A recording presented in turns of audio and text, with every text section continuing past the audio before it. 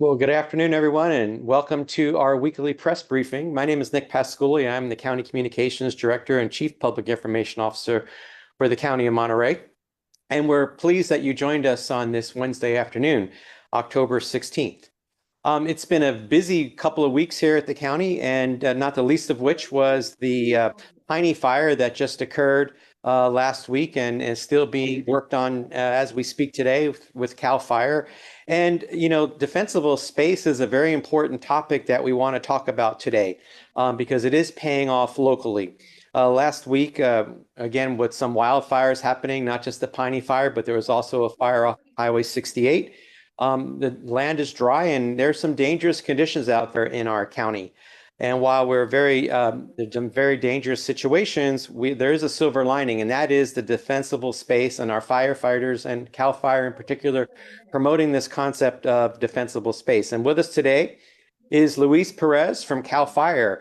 Luis, welcome to the briefing, and we look forward to learning more about why defensible space is important and what are things that people can do to help make their property ready in the event of an unfortunate fire. Yes, thank you so much for the invitation. Defensible spaces, it's not a new concept. Defensible space has been going on for about 60 years. Defensible space has changed. Basically, what it does, it gives people the time and the opportunity for the home to resist the wildfire for a longer time. And it also protects the structure. Monterey County is blessed to have very active community. We have more fire-wise communities than other counties in the state. People are really involved. I'm very happy to work with a lot of those communities. I worked with the Cachagua community in the past. They're very concerned, they're very proactive, and we can see the results thanks to quick firefighting operations and air attack and the support from the community, being proactive, taking care of their defensible space, maintaining their trees, cleaning up their house. We had a successful result. That's great, and you know we're certainly happy about that, and we certainly enjoy a great partnership with CAL FIRE. You know, considering that it's October, amazingly, and in 3 weeks it's going to be November, is it too late for residents in the rural areas to start creating defensible space around their property? No, it's never too late. Together with defensible space, there are a lot of things that can be done to the homes. Home hardening, looking at your ventilations, fixing up your rain gutters, the quality of the paint in your house. Obviously, it's safer and it's probably easier to work on bigger projects during cooler weather. So no, it's not too late. This is a never-ending process that needs to continue. We need to look at our own properties, but also help out our neighbors. There are neighbors that are not aware of the danger that their property can suffer, especially in one evacuation scenario where you're not there to do anything. That's when defensible space pays dividends, when the fire engine can come and easily extinguish very low intensity flames, when the having 5 feet of clearance around the house prevents those embers to doing anything to the home. That's when all this comes into place. Statewide, there's been a big push for defensible space, and the goal for this year is 250,000 homes inspected. And I think Monterey is in a good position, and we want to continue being the leaders and putting our foot forward into showing other places how we can diminish the wildfire hazard by being proactive and creating defensible space. Great, thank you, Luis. Victor Guzman from KON. has a question for you regarding the eucalyptus trees. Victor, why don't you go ahead and ask your question live? Sure, sorry. I have to have two monitors going because one's recording, one's not. So my No apologies. worries. No worries. But yeah, no, I just want Luis, thanks so much for this. I just wanted to check in and if you could break down some of the dangers that eucalyptus trees pose when they are either not properly maintained or whichever. I know back in Corralitos, we had a pretty significant fire. I know it's Santa Cruz County, but the big concern was eucalyptus trees. Just for, I don't know, something within a eucalyptus tree itself poses more of a danger than a standard like a brush or tree. So I just wanted to see if you could break that down for us. Well, from a firefighter point of view, any tree, any vegetation, any plant with the right amount of fire and heat will combust. Eucalyptus trees, like other plants, pine trees, for example, are very oily. So they have a quick flammability rate. Definitely in the past, they have grown in excess. That's something that we've seen in a lot of communities and aromas, for example, where people have taken matters into their own hands. I've seen firsthand how homeowners have cleared around their homes. We all want to live in beautiful areas surrounded by a forest. I feel that this is a joint effort into clearing some of those eucalyptus, of course, but they have a place in the ecosystem, and I feel that they're not more dangerous than other trees, but we need to be mindful. We need to keep doing vegetation management efforts to keep them from just growing wildly, just like Defensible Space tries to minimize dead vegetation, overgrown grasses. The state with the homeowners need to work in collaboration to minimize the excess. That's where the problem resides. Great. Thank you. Thank you for that response, Luis. And of course, we'd be remiss if we didn't talk about the red flag warning that is being issued starting tomorrow. And certainly it's a clear indication that fire season is not winding down. You want to talk about the red flag warning and why people need to heed that warning? Yes, absolutely. The red flag warning means that there's going to be higher winds, drier temperatures. This is a good opportunity for everybody to look in their surroundings, have a wildfire action plan in place, like always. Even if your home it's away from a fire hazard severity zone, a very forestry area, if there's a fire and embers can fly for miles away, they can land on your rain gutter. And if the rain gutter doesn't have protection, hasn't been maintained, it can cause some damage to your home. So be mindful of this time. Make sure that your house is in order. Obviously, following our recommendations on our pages. We have two pages, readyforwildfire.org, and we got fire.ca.org, where you can find a description of the steps to take. CAL FIRE always staffs all the personnel during these times in order to respond to any emergency. Great. Thank you for that answer. And, I know Victor Guzman from KLN has a follow-up question, but before we get to that question, Victor, hang on just a second. Go ahead and unmute yourself. One of the things during the red flag warning, we really don't want residents burning anything on their property for sure. And we also want the visitors to our area to be careful, especially if they're camping and things of that nature. Is that correct, Luis? Yes, absolutely. Yeah. It's a time to if you're gonna mow during like in the early times of the day, make sure that if you're traveling and you're hauling something that the chains are not touching the ground. Be careful that if you're doing any lawn work that there's no gasoline tanks, things of that matter left unattended.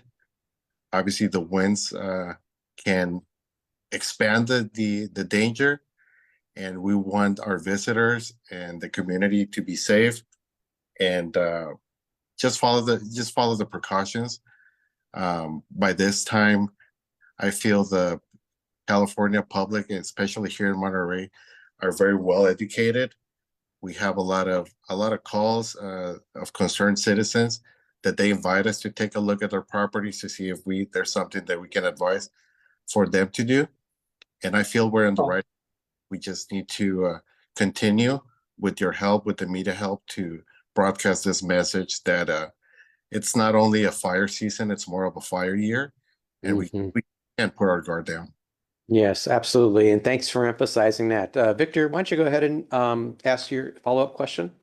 Yeah. I mean, obviously 4 years ago we had, the river, the Dolan, all these fires happening all at once. There could be I don't know if it's a misconception or would you say it's a misconception that because of all these areas, all this land had burned those 4 years ago, that we don't have to worry as much this fire season? What are your thoughts on that? I feel that we should always be mindful. I believe that is a misconception. You guys saw the last two winter seasons that we had with the heavy rains. That creates a lot of grass. Light, flashy fuels burn faster and even more destructively than larger fuels. So creating that 100 feet of defensible space, it's imperative. There has been many studies where they have seen the effect of the defensible space.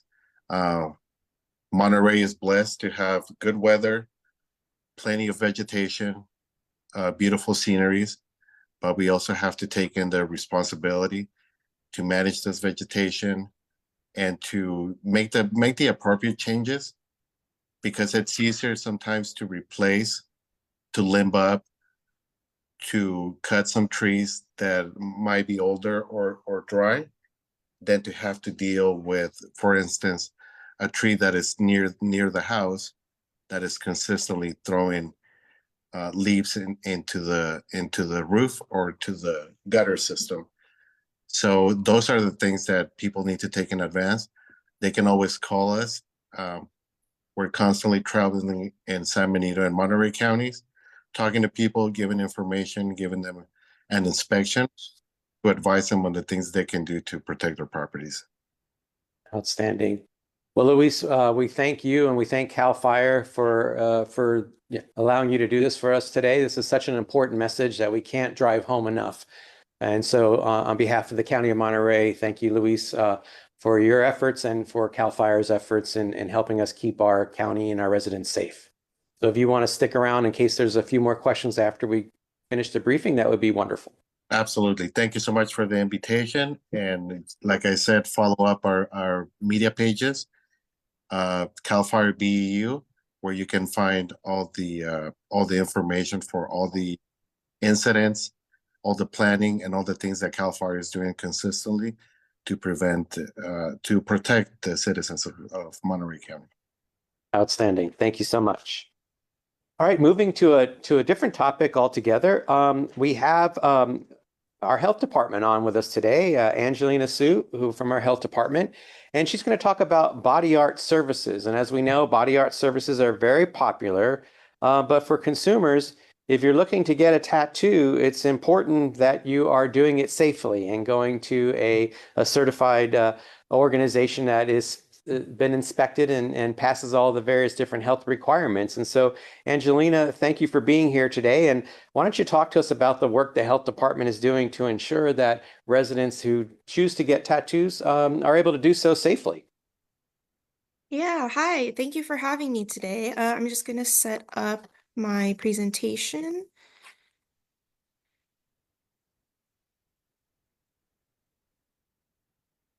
Okay. So thank you again for that introduction. My name is Angelina Shu, and I am a registered environmental health specialist with the Monterey County Environmental Health Bureau Solid Waste Management Services. We regulate and inspect a wide variety of facilities, but I'm here today to talk about body art, which includes tattooing, piercing, and permanent cosmetics such as eyebrow microblading and lip blush. My team is working toward providing a higher level of service in terms of health and safety to both the body art community and members of the public who want to receive body art services. Toward this effort, we are refining the inspection process to allow facility owners to better plan for their annual inspections, operators to anticipate deadlines for compliance, and to provide the public a practical means to know where to receive services from a compliant body art facility. One of the ways in which we are doing so is updating our list of compliant body art facilities and operators who have met the requirements of the California Safe Body Art Act by our October 4th deadline. Compliance is defined as passing the annual inspection or re-inspection with no violations and payment of all fees, including late fees and penalties. The compliant list can be found on our website, the link on this slide.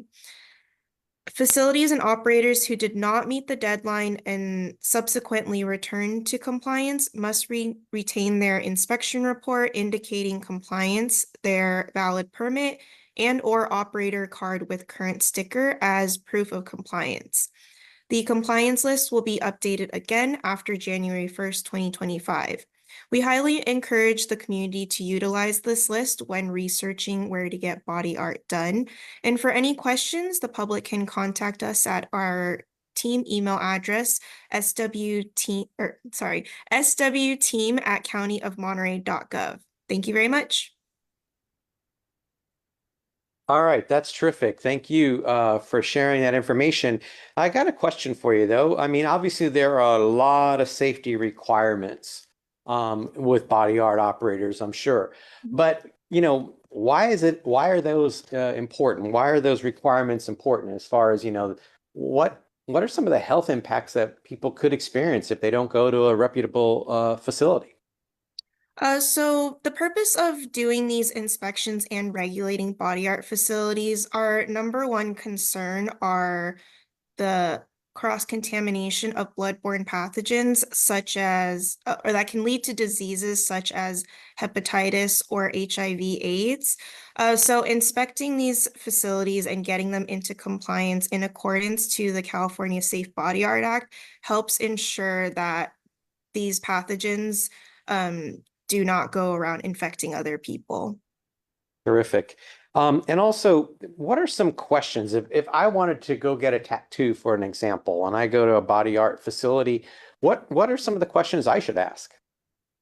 I would encourage people to ask their body art facilities and operators if they are permitted with the Monterey County Health Department and to see proof of permits or inspection reports indicating that they are compliant.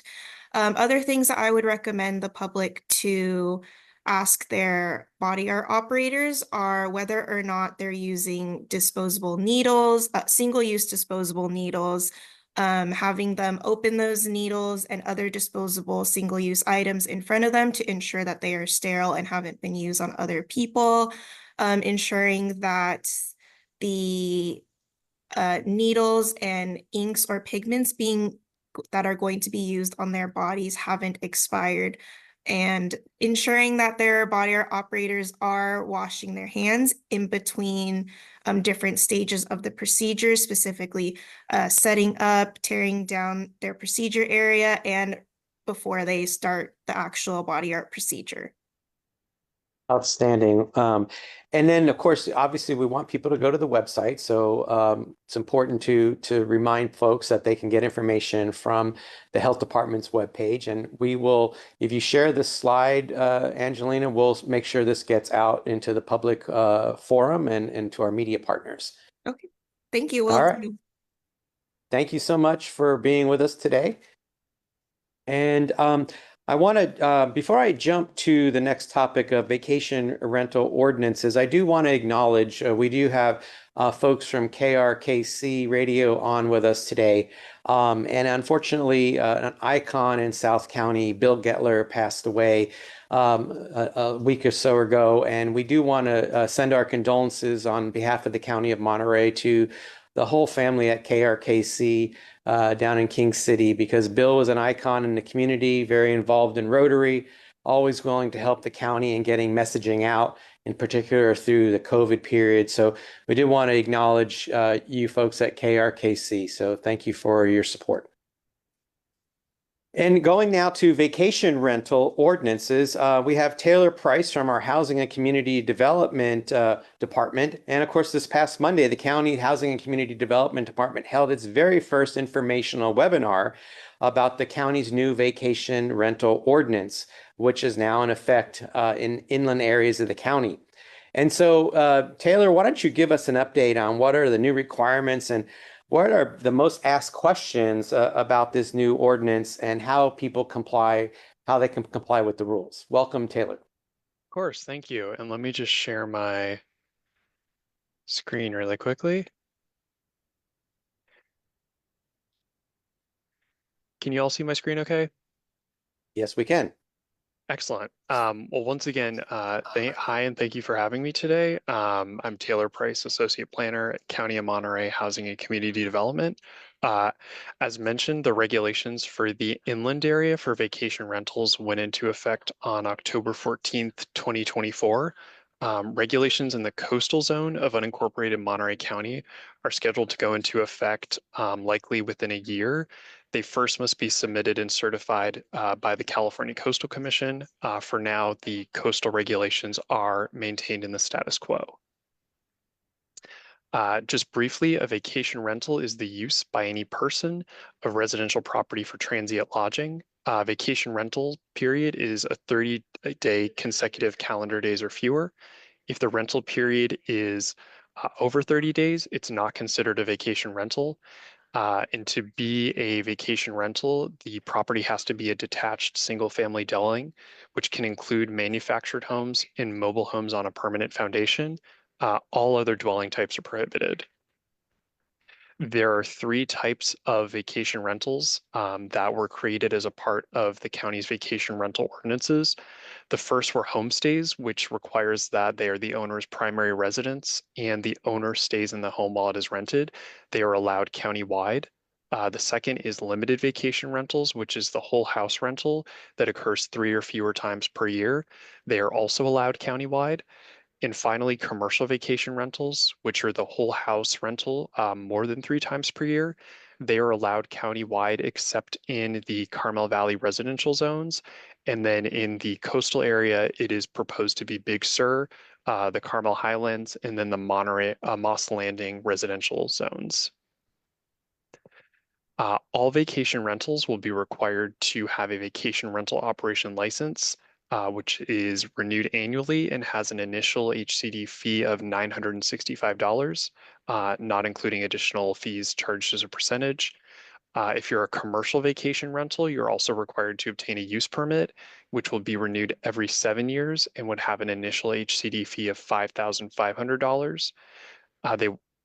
Operators would also have to have a transient occupancy tax registration and a business license. Both of those would be issued by the County of Monterey Treasurer Tax Collector. In the inland area, existing permitted vacation rentals must comply with the new regulations upon expiration of their current permit or 7 years, whichever is later. And then unpermitted vacation rentals in the inland area of Monterey County must comply with the new regulations by April 14th, 2025 by making an application or ceasing operations. The county has developed a process that applicants can follow, which is available in more detail on the county's vacation rental ordinances implementation page. Applicants should first confirm what type of vacation rental they would like to apply for and determine if that type of vacation rental is allowed to operate in the planning area and zoning district. Applicants should then apply for their transient occupancy tax certificate with the County of Monterey Treasurer Tax Collector. Operators then should prepare the necessary documents to submit their vacation rental operation license. Then applicants have the required documents, they can submit their license. As the final step in the process, applicants should submit a business license application to the County of Monterey Treasurer Tax Collector. And once they have received their license, they can begin operating their vacation rental. The most asked questions from the webinar, the most asked question was enforcement of the new regulations. So the county's vacation rental regulations went into effect in the inland area on October 14th, 2024, and applicants must make an application and diligently pursue their application. If an application has not been made by April 14th, 2025, the vacation rental operations must cease. If there are other potential violations occurring at the vacation rental in that interim period between October and April, including potential violations related to noise, health, life, or safety concerns by the concerned neighbors or occupants, they can file a code compliance complaint if they believe those issues are occurring. And then the county has developed an enforcement program to ensure compliance with the new regulations, along with the new required compliance from hosting platforms such as Airbnb and VRBO. The status of the ordinance in the coastal zone. So county staff has submitted the coastal zoning ordinance to the California Coastal Commission at the end of September. Staff expects the Coastal Commission to hold a hearing on the ordinance sometime early next year. The coastal zoning ordinance effective date would ultimately depend on the action taken by the Coastal Commission. There's a shorter grace period for coastal zone for unpermitted vacation rentals to come into compliance with the new regulation. And then the third question was, what if I'm already paying TOT? So if you are already paying TOT, this does not mean you have an approval from County of Monterey Housing and Community Development. You should visit the county's vacation rental ordinances implementation webpage. You can begin preparing the necessary documents. And once you have prepared all of the necessary documents, you can then submit your application for a vacation rental operation license or a use permit if you are planning on operating a commercial vacation rental. And then finally, here is the webpage that we encourage all individuals and applicants to visit. This has all of the application materials and the FAQs are posted here. And so if anyone has any questions, this is a great place to start. And thank you. Fantastic. Thank you, Taylor, for that information. And the slides are fantastic. If you make sure I get those after the briefing, I can send that out with our follow-up packet to the media. I do have a question for you, though. Do we have a sense for how many vacation rental opportunities or places there are in the inland area? Is there a sense for that? Yeah, so in the inland area, there is a cap per planning area for commercial vacation rentals. Each planning area has that cap based on the number of residential dwelling units that were identified during our environmental review process. I believe total in the county, it's around 1,000 commercial vacation rentals that could ultimately be permitted. Okay, terrific. And obviously, Monterey County is a county that people like to visit. So this is, we're being proactive in understanding that and putting some, regulations, some standards to this entire process of vacation rentals with this ordinance. Yes, and really trying to ensure that we have kind of clear standards for applicants to follow, as well as ensuring that there is appropriate enforcement. Terrific. Well, thank you so much, Taylor. We appreciate it, and we appreciate the hard work that the Housing and Community Development Department put into this ordinance. Thank you. Last up on our lineup today, we have a very important event taking place this evening. We have an educational public forum to discuss the county's budget priorities for the coming fiscal year. If you tuned into the board meeting yesterday, you heard that the county is anticipating to manage a potential deficit of about $20 million. And tonight, in a public education forum on Zoom, and it'll also be live on YouTube and Facebook, we're having an education forum.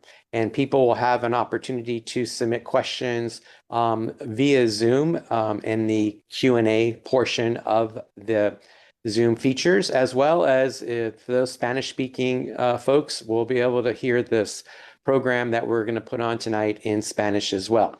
So we want to encourage folks, if they're interested to learn more about the budget priorities of our Board of Supervisors, to tune in tonight, either on our the County of Monterey YouTube channel, County of Monterey's Facebook page, or live on Zoom. Well, that concludes our briefing for October 16th. I want to thank all our guests for being here this afternoon, and we want to thank those in the media who attended as well. We look forward to seeing you back here next Wednesday with another engaging group of topics. Have a great day, everyone.